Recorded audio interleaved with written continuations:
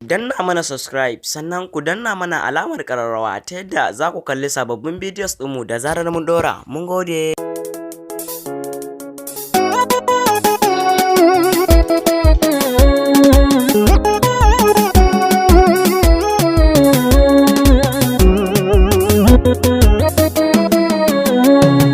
Rayuwa sai da kai marhama, rayuwa sai da kai marhama. Ina kira wata fara a fari, duljalalin wahidul kahari, tallafa mun na wake bashiri, sahibul waqti ya marhama. Rayuwa yau salati ilahu ka kara, kun habibin ka mazo nura, ali har sahabu a tara, ba wani shehu sai marhama. Ya muradin mu shakti jali madogara, sai mun adana da gwada gire babu kare rike na harazimi a cikin marhama. Rayuwa ba zan wuce ba a duka yabo na sai na tsaya a gurin maulana, shi na baiware har da jikina mai in ya sa da mun marhama. Rayuwa Fatima assalamu alaiki, ummu Mamudu wasu adaiki, dole ne in biyo ta gurinki in zai shige gurin marhama. Rayuwa da shehu ne zana bude aikin in kira wasu in yi sufati na kara yin jazaba da sulukin din tarero ya mun marhama. A lafiya ga su baka da geji, ka wuce matsayin duka aji, ba a gane ka sai dai aji, an kasa gane mai marhama. Gausu kai ne a awwal Allah, kuma kai ne a baɗin Allah, a zahiri kai ka zo da illa, a kiran marhama.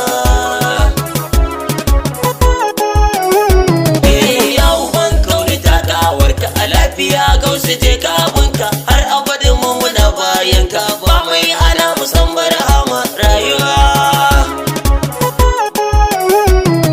kai kadai ne kake da isarka, kowa ya zama dan molanka, kai kake ba wa duk mai sanka, har da mai kinka ya marhama. Rayuwa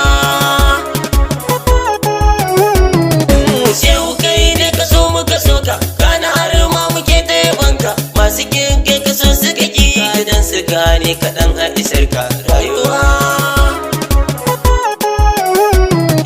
gausu kai ne a dan mulki, su har sarautar ta kai ne ka ba su ga Suleiman na binna, mulkin ka kai ka ba su aroma. Waina masu san barhama, har masu kin ku zo ga dama, sarlo alayin ya sau goma, ai za ku tsirin barhama.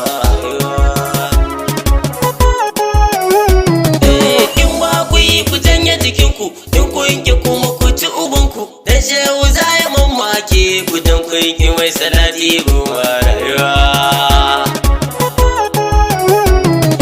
Rayuwa sai da kai barhama, mutuwa sai da kai barhama, dan tashi zan kira barhama, da'imai shehu ni zan koma. Wallahi sai shehu ne imani, na faɗa tun da na yi yaƙini, kinsa ko ya zama kafirci, mu dai wallahi sai barhama. Rayuwa kai da kai ya gwani Usmanu na shehu Hamza kiran manna, da zama da kai ya yi mun alfanu, na koyi so ya mun barhama.